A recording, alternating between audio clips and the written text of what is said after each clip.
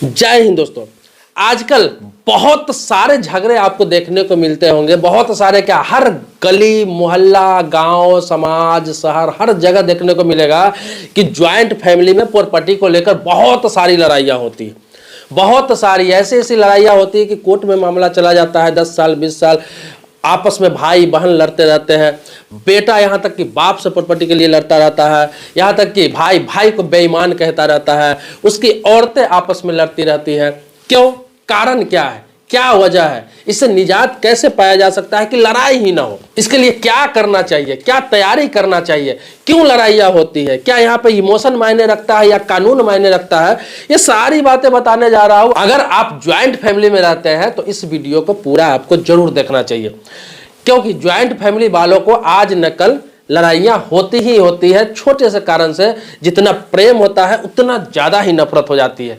वजह बताने जा रहा हूं, ना हो ये भी बताऊंगा। देखिए होता क्या है कि आप ज्वाइंट फैमिली में है, आप 2 भाई है, 3 भाई है, 4 भाई है, 5 भाई है, 2-3 बहन है, जो भी है, या फिर 2 भाई 2 बहन है, कुछ भी हो सकता है। मतलब 2 से अधिक लोग रहते हैं, भाई बहन, और साथ में रहते हैं। और होता क्या है कि आपका माता पिता या कोई जीवित है, आप ज्वाइंट में है, अच्छा कमा रहे हैं, कारोबार कर रहे हैं या फिर नौकरी कर रहा है। उसमें ऐसा भी होता है कि 2-3 भाई 4 भाई 5 भाई आप है तो 2 बहुत ज़्यादा पैसा कमा रहा है, 2 बहुत कम कमा रहा है, 1-2 ऐसा भी है जो साफ नहीं कमा रहा है। अब होता क्या है, फैमिली तो ज्वाइंट है, वहाँ इमोशन जुड़ा रहता है कि मैं कमा रहा हूँ, वो कम कमा रहा है, वो नहीं कमा रहा है, फिर भी हम कुछ प्रॉपर्टी खरीदेंगे या फिर कुछ सामान खरीदेंगे तो अपने गार्जियन के नाम पर खरीदेंगे, अपने माता के नाम पर खरीदेंगे, अपने पिता के नाम पर खरीदेंगे। और बाद में क्या होगा, कोई मुझे बेईमान ना कहे, किसी प्रकार की लड़ाई नहीं होगा। बाद में देखेंगे कैसा बंटवारा करना है, माँ बाप तो उस हिसाब से दे ही देंगे सबको, जो जैसा करेगा, जो उनका देखभाल करेगा, जो जिस हिसाब से प्रॉपर्टी खरीदेगा उस हिसाब से तो कर ही देंगे। तो वहाँ पे इमोशन जुड़ा रहता है ज्वाइंट जब तक रहते हैं। अब होता क्या, ये चलता रहता है 2 साल 4 साल 5 साल 10 साल 15 साल चलता रहता है। अब परिस्थिति क्या होती है कि उसमें से 2-3 भाई ऐसा होता है जो उम्र दराज हो जाता है, तभी तो लड़ाइयाँ शुरू होती है। जब उम्र हो जाता है, उनके बच्चे हो जाते हैं, उनके बहू होने लगते हैं, बेटी की शादी होने लग के नौबत आती है, जब बंटवारा का नौबत आता है तो पता चलता है क्या कि उस समय तो माँ और पिताजी के नाम पर जो संपत्ति आपने खरीदा, माँ के नाम पर खरीदा या पिताजी के नाम पर खरीदा, वहाँ पे सारे के सारे खड़े हो जाते हैं। आप 4 भाई है, 5 भाई है, 3 भाई है या फिर बहन है, वो भी खड़े हो जाते हैं, बोलते हैं कि भाई माँ के नाम से प्रॉपर्टी है या फिर पिता के नाम से प्रॉपर्टी है, तो सबकी बराबर हिस्सेदारी होनी चाहिए। वहाँ पर ये नहीं देखा जाता है कि छोटा भाई आपका 15 साल का है, 20 साल का है, बड़ा भाई 40 साल का है, 45 साल का है, तो उसको ज़्यादा नीड है, उसके बच्चे बड़े हैं, उसके एजुकेशन के लिए उसको सोचना है, शादी के लिए सोचना है। और जो छोटा सबसे, जो काम कुछ नहीं किया, कुछ नहीं काम कर रहा था, सिर्फ ज्वाइंट फैमिली में है और पढ़ाई कर रहा था, आज वो 20 साल का हुआ, 22 साल का हुआ, लेकिन इसलिए प्रॉपर्टी में बराबर हिस्सेदारी वो मांगने लगेगा और दावा करने लगेगा, यहाँ तक कोर्ट तक जाने की धमकी देने लगेगा, इसलिए कि माँ के नाम से प्रॉपर्टी आपने खरीदा या फिर पिता के नाम से आपने प्रॉपर्टी खरीदा। अब बताता हूं कि लड़ाई का यही कारण है। देखिए फैमिली, ज्वाइंट फैमिली इमोशन से नहीं चलता है। अगर इमोशन से चलता तो भारत में इस तरह की कानून कुछ नहीं बनाई जाती, या फिर वर्ल्ड में इतने बड़े, जो हर देश में अलग अलग कानून है फैमिली को लेकर, वो नहीं बनाया जाता। प्रॉपर्टी को लेकर जो कानून है वो नहीं बनाया जाता। इमोशन अलग चीज है, कानून अलग चीज है। इमोशन से आप हर चीज को देखेंगे तो वहां पर जितना इमोशन जिस समय जुड़ा रहेगा, आने वाले 2 साल 4 साल 5 साल 10 साल बाद आपका इतना नफरत होगा अपने भाइयों से, अपने बहनों से, अपने माँ बाप में, कि आपकी सारा इमोशन धरा का धरा रह जाएगा। आप सुसाइड करने की नौबत आपको आ जाएगी। यहाँ तक मन करेगा कि अपने भाइयों को मार दे, भाई भाई का दुश्मन हो जाता है, आपके वही बहन आपको दुश्मन लगने लगेगी। जब आपको लगेगा कि मैंने 2 भाइयों ने या फिर अकेले कमा के मैंने प्रॉपर्टी बहुत सारा बनाया है और आज के डेट में वो भी हिस्सेदारी मांग रहा है, जिसका उम्र 20 साल है, 15 साल है, जिसको पढ़ने के लिए मैंने पैसा दिया, जिसका मैंने सेटलमेंट के लिए पैसा दिया, जो कुछ नहीं किया, कुछ नहीं कमाया, आज डायरेक्ट हमसे हिस्सेदारी मांग रहा है। मांगेगा, ये हक है उसका, ये अधिकार भी है, सही बता रहा हूँ, ये हक है। माँ बाप के नाम से प्रॉपर्टी है तो चाहे वो 5 साल का आपका भाई है, चाहे वो 50 साल का भाई है, दोनों के बराबर हिस्सेदारी। भले ही 20 साल 25 साल का गैप है, 20 साल 25 साल में आपने करोड़ों अरबों की प्रॉपर्टी माँ बाप के नाम से कर दिया, लेकिन हिस्सेदारी तो भाई बराबर देना ही पड़ेगा। अब बता दूं कि क्या करे जो लड़ाई ना हो। अब मैं आपको बताता हूं कि करना चाहिए, किस हिसाब से करना चाहिए, किस कानून के दायरे में रह के करना चाहिए, क्या आपका फर्ज है, कितना फर्ज आपको निभाना चाहिए कि भविष्य में लड़ाइयाँ ना हो। तो सोल्यूशन ये है कि आप ज्वाइंट फैमिली में रह रहे हैं, 2 भाई 3 भाई 4 भाई 5 भाई जो भी रह रहा है, कोई कमा रहा है, कोई कम कमा रहा है, कोई ज़्यादा कमा रहा है, कोई नहीं कमा रहा है। आप ज्वाइंट फैमिली में है, खाना पीना आपका साथ चल रहा है, कानून जो कहता है वो बता रहा हूँ, सब चीज साथ चल रहा है, ठीक है, बहुत अच्छे से चल रहा है। अब क्या है, जो व्यक्ति बहुत ज्यादा कमाता है, जो व्यक्ति बहुत कम कमाता है, जो भाई पढ़ाई कर रहा है या बेरोजगार है, कुछ नहीं करता, तो आप ये कर सकते हैं कि अपने जो भाई है बेरोजगार है, जो कुछ नहीं करता है, उसको सेटल करने के लिए उसको पूंजी दे सकते हैं, कहीं पे सेटल कर दीजिए बिजनेस करके, कहीं आप उसके पढ़ाई के लिए अच्छा व्यवस्था कर सकते हैं, उसको पैरों पे खड़ा करने के लिए मदद कर सकते हैं। ये आपका फर्ज होता है बड़े भाई का। कल होकर ऐसा ना कर ले कि कल होकर वही भाई आपका दुश्मन लगने लगे। रही अब प्रॉपर्टी खरीदने के बाद, तो प्रॉपर्टी अगर आप खरीद रहे हैं, तो जो एक भाई अगर कमा रहा है, बहुत बढ़िया कमा रहा है, बहुत अच्छा कमा रहा है, तो आपको लगता है कि नहीं भाइयों को देना चाहिए, तो उस वक्त में कम से कम वो प्रॉपर्टी अपने नाम से ही आप खरीदें। इसमें बुराई कहीं से भी नहीं है। भाइयों को कहे कि हाँ तुम नहीं कमाते हो, तुम्हारे बिजनेस के लिए, तुम्हारे नौकरी के लिए, तुम्हारा सेटलमेंट के लिए मैं तुम्हारा मदद करूंगा, हेल्प करूंगा, तुम भी कमाओगे, तुम भी सेटल हो जाओगे, तुम भी कमा के कुछ कर सकते हो जीवन में।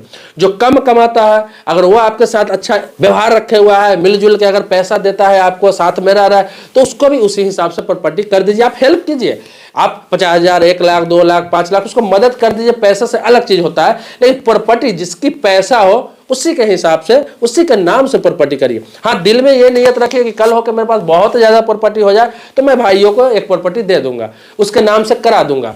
ज्यादा मोहब्बत है, ज्यादा प्यार है, तो आप कहीं पे अगर 100 गज प्रॉपर्टी ले रहे हैं तो ऐसा कर सकते हैं कि जो भाई नहीं कमा रहा, आपको लगता है कि नहीं मुझे उसे मदद करना चाहिए, तो 20 गज 25 गज उसके नाम से भी उसी प्लॉट में कर सकते हैं, 2 नाम से आप रजिस्ट्री करा सकते हैं। या फिर जो कम कमा रहा है उसके नाम से उसी हिसाब से रजिस्ट्री करा सकते हैं।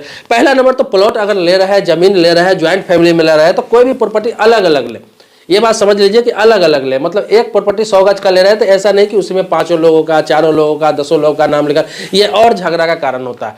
तो सबसे पहले कोशिश करें क्या कि आप कमा रहे हैं तो प्रॉपर्टी अपने नाम से ही खरीदे। हाँ, आप ईमानदार है, ये सोचते हैं कि नहीं भाइयों के लिए सोचूंगा, फैमिली के लिए सोचूंगा, लेकिन लड़ाई नहीं करवाना चाहते तो अपने नाम से लीजिए। आप माँ बाप का अच्छा देखभाल कीजिए, अच्छा सब कुछ कीजिए, पूरे सुख सुविधा दीजिए, हर कुछ दीजिए, इसमें कोई कमी आप नहीं कीजिए, लेकिन प्रॉपर्टी अपने नाम से आप लेंगे तो कभी लड़ाई नहीं होगी। भाइयों को उसी समय से लगने लगेगा कि नहीं अब मैं भी कमा के अपने नाम से लूंगा, मैं भी कुछ करूंगा, मैं कम कमाता हूं ज्यादा कमाने की कोशिश करूंगा, या फिर वो अपने लिए बहुत सारी चीजें करेंगे। जो बेरोजगार है, मान लीजिए पढ़ाई करके अभी खत्म किया, वो क्या करेगा, वो पैर पे खड़ा होना चाहेगा, तैयारी करेगा, सोचेगा कि मैं भी कोई नौकरी करूं, मैं भी कोई जॉब करूं, कोई बिजनेस करूं, ताकि मैं भी अपने नाम पर प्रॉपर्टी ले सकूं, क्योंकि भैया ले रहा है तो मैं भी लूंगा।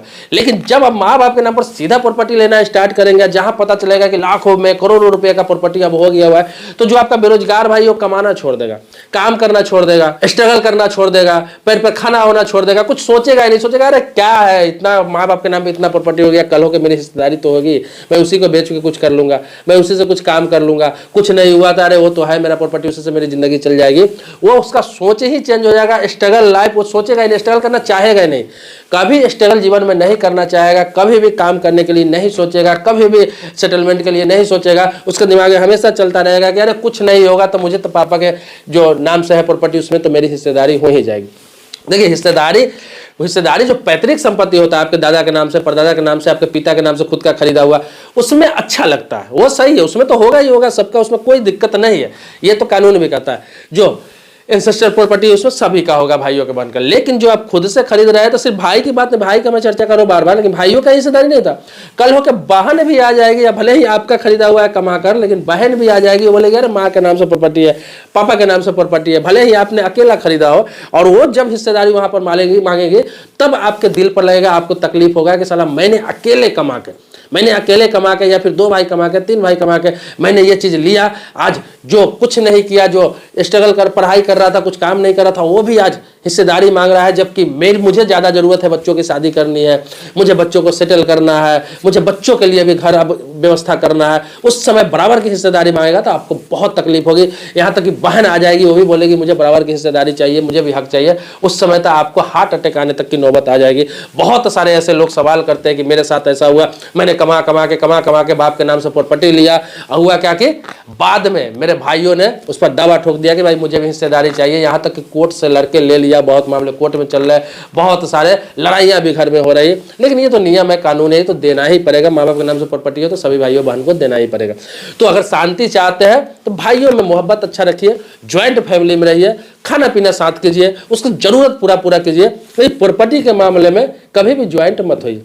प्रॉपर्टी के मामले में क्लियर हो जाइए। पहले भाइयों को बता दीजिए कि भाई मेरे पास ये पैसे हैं, मैंने अपने कमाई का, मैं जा रहा हूँ फलानी जगह प्रॉपर्टी लेने ले रहा हूँ, कोई दिक्कत नहीं होनी चाहिए। हाँ, तुम नहीं कमा रहे हो, कम कमा रहे हो, तुम्हारे पैर पे खड़ा होने के लिए मदद करूंगा, तुम ये काम कर सकते हो, ये बिजनेस कर सकते हो, ये नौकरी कर सकते हो, उसको हेल्प करिए।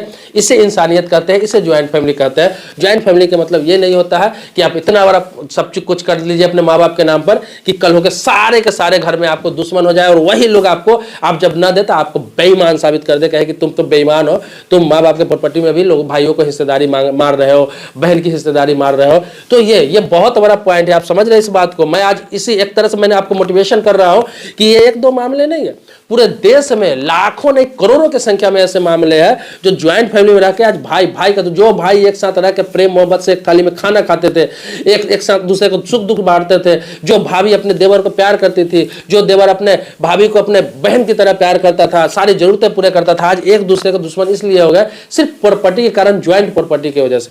ये ज्वाइंट प्रॉपर्टी की बात कर रहा हूं, इंसेस्टर प्रॉपर्टी जो पैतृक संपत्ति है उसमें सबका होता ही है और सबके पास थोड़ा ना बहुत रहता ही है, तो उसमें कीजिए बराबर, कोई दिक्कत नहीं है। उसको क्लियर रखिए आप कि उसमें सभी लोग लेंगे, लेकिन जो कमा रहा है खुद से, भले ज्वाइंट फैमिली में, प्रॉपर्टी आप खुद से अपने अपने नाम लीजिए, अगर झगड़ा नहीं चाहते हैं, मोहब्बत नहीं चाहते हैं। अब इसमें एक चीज और ऐड कर रहा हूं कि आपने माँ बाप के नाम पर संपत्ति ले लिया ज्वाइंट फैमिली में, ज्वाइंट फैमिली ले लिया संपत्ति, अब होता क्या है कि कल होके आप ना रहे, खुदा ना करे आपके साथ कोई हादसा हो जाए, आप इन डेथ कर जाए, आपकी कोई एक्सीडेंट में मृत्यु हो जाए, फिर क्या होगा? फिर क्या आपके बच्चे कैसे उसमें हिस्सेदारी लेंगे? दादा दादी के नाम से रहेगा, उसको बहुत स्ट्रगल करना पड़ेगा उसी प्रॉपर्टी को हासिल करने के लिए। मुस्लिम अगर है, मुस्लिम में है, तो उसे तो कुछ मिलने का है ही नहीं, क्योंकि दादा दादी के सामने अगर उसके पिताजी की मृत्यु हो जाती है तो सीधा समझिए उसी दिन उस प्रॉपर्टी से वो बेदखल हो जाता है। ये बात समझ लीजिए, मुस्लिम के लिए कर रहा हूं। और हिंदू है तो अगर उसका पिताजी का डेथ हो जाता है दादा दादी के रहते हुए या नहीं रहते हुए किसी परिस्थिति में, तो उसको बहुत स्ट्रगल करना पड़ता है, लड़ना पड़ता है उस प्रॉपर्टी के लेने के लिए। हिस्सेदारी रहता है लेकिन उसको कम आंका जाता है, मतलब कि उसके जो चाचा होते हैं, ये होते हैं, कोशिश करते हैं कि मैं उस प्रॉपर्टी को बेईमानी कर लूँ, उस प्रॉपर्टी को नहीं दूं। ज्यादातर मामले में ऐसे होते हैं, सभी की बात नहीं बोल रहा हूँ। और मुस्लिमों में तो लॉ ही है कि दादा दादी के रहते अगर आपके पिताजी डेथ कर गए तो आपके कानूनन हिस्सेदारी वहां से खत्म हो जाते हैं, कानूनन हिस्सेदारी खत्म हो जाते हैं, आप नहीं ले सकते उसमें हिस्सेदारी प्रॉपर्टी में किसी प्रकार का, न दावा ठोक सकते हैं, न हक ले सकते हैं। वो आपके दादा दादी के मर्जी पर होता है कि वो अगर आपके नाम से लिख दे अलग से, उनकी ईमानदारी उनकी इच्छा पर निर्भर करता है, लेकिन अगर वो मुंह फेर ले तो फिर आप रोड पे आ जाते हैं। तो हिंदू हो या मुस्लिम, सभी के लिए बहुत स्ट्रगल भरा लाइफ होता है प्रॉपर्टी के मामले में, इसीलिए इसको क्लियर करके शुरू से चले। लाइफ का कोई ठीक नहीं होता। लाइफ ये नहीं कहता हूँ कि किसी का बेईमानी करना चाहिए, किसी के लिए कुछ नहीं करना चाहिए। आप ज्वाइंट फैमिली में सबके लिए सब कुछ कीजिए, सिर्फ प्रॉपर्टी के मामले में ये चीज बता रहा हूँ। प्रॉपर्टी के मामले में हाँ, आपके पास एक्स्ट्रा पैसे है, बहुत ज्यादा पैसे है, तो आप भाइयों के नाम से अलग से प्रॉपर्टी ले लीजिए, आप भाइयों को अलग से कुछ खरीद दीजिए, अलग से प्रॉपर्टी, फ्लैट प्लॉट। अगर बहुत ज्यादा पैसा कमा रहे हैं, बहुत ज्यादा सब कुछ है, आप गाड़ी खरीद दीजिए, घोड़ा खरीद दीजिए, हर चीज खरीद दीजिए। लेकिन माँ बाप के नाम पर प्रॉपर्टी लेकर आप ये सोचेंगे कि बाद में मुझे ज्यादा मिलेगा, भाइयों को कम मिलेगा, तो ये गलतफहमी निकाल दीजिए। यही सबसे बड़ा कारण आज अपने देश में है लड़ाई का, जमीन प्रॉपर्टी को लेकर, फैमिली के प्रॉपर्टी को लेकर। अब दूसरा आपको बता देता हूँ कि कानून ये भी कहता है कि बड़े भाई के नाम के प्रॉपर्टी में छोटे भाई की हिस्सेदारी होती है अगर ज्वाइंट प्रॉपर्टी में रह रहे हैं, आपने सुना होगा और ये सत्य भी है। लेकिन छोटा भाई साबित कैसे करेगा? अगर मान ली बड़ा भाई अपने नाम से प्रॉपर्टी ले लिया तो छोटा भाई साबित कैसे करेगा कि मेरा भी उसमें पैसा लगा हुआ है? ये कोर्ट में साबित करते करते 20 साल 25 साल 30 साल लग जाते हैं। कभी कभी लोगों को डर लगता है कि अपने नाम पर भी प्रॉपर्टी लेंगे तो छोटे भाई उसमें दावा कर देगा। तो दावा कर देगा, दावा कब किया जाता है इस बात को समझ लीजिए, मैं इसी में सारी चीज इंक्लूड कर दे रहा हूँ। दावा कब करते हैं? जब छोटे भाई के पास ये प्रूफ हो कि मैंने इस प्रॉपर्टी में 10 लाख का प्रॉपर्टी जो खरीदा मेरे बड़े भाई ने अपने नाम से, मैंने उसमें 2 लाख रुपया दिया था, 5 लाख रुपया दिया था, या फिर आपने लोन पर लेकर दिया था, तो रिकॉर्ड आपके पास होना चाहिए कि आपने भी उसमें इन्वेस्ट किया था किसी प्रकार का। अगर आपके पास कोई प्रूफ नहीं है कि आपने उसमें कुछ पैसा लगाया है तो आप उसमें कोई भी किसी प्रकार का शेयर धारक नहीं है। केस करने से सिर्फ आपके नाम से हिस्सेदारी नहीं मिल जाएगी। तो ये गलतफहमी तो मन से निकाल ही दीजिए। और इस तरह के मामले ऐसे भी 20-20 साल 25-25 साल 30 साल चलते हैं। तो ये गलतफहमी मन से निकाल दीजिए कि बड़े भाई के नाम से प्रॉपर्टी है तो छोटा भाई दावा कर लेगा, ले लेगा, ऐसा कुछ भी नहीं है।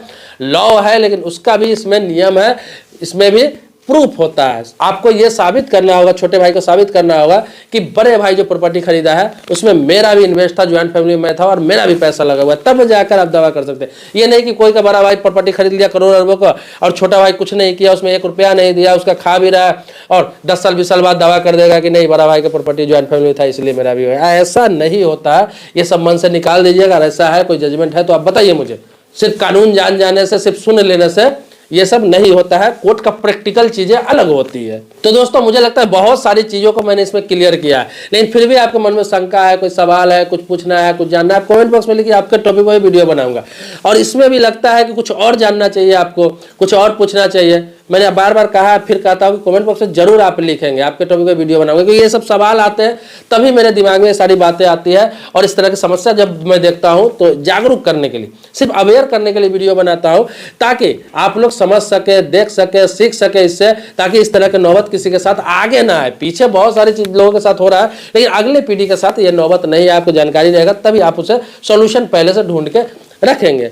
दोस्तों मेरे चैनल पर नए पहली बार वीडियो देख रहे हैं तो चैनल को सब्सक्राइब कीजिए, बगल बेल घंटी उसको दबा लीजिए। लेकिन पुराना सब्सक्राइबर वीडियो मिलता रहता है, देखते रहते हैं, तो इसके लिए कोटि कोटि धन्यवाद देता हूं, आभारी हूं आपका। मिलते हैं नेक्स्ट वीडियो में एक नए मुद्दे के साथ, तब तक के लिए शुक्रिया, धन्यवाद, जय हिंद दोस्तों।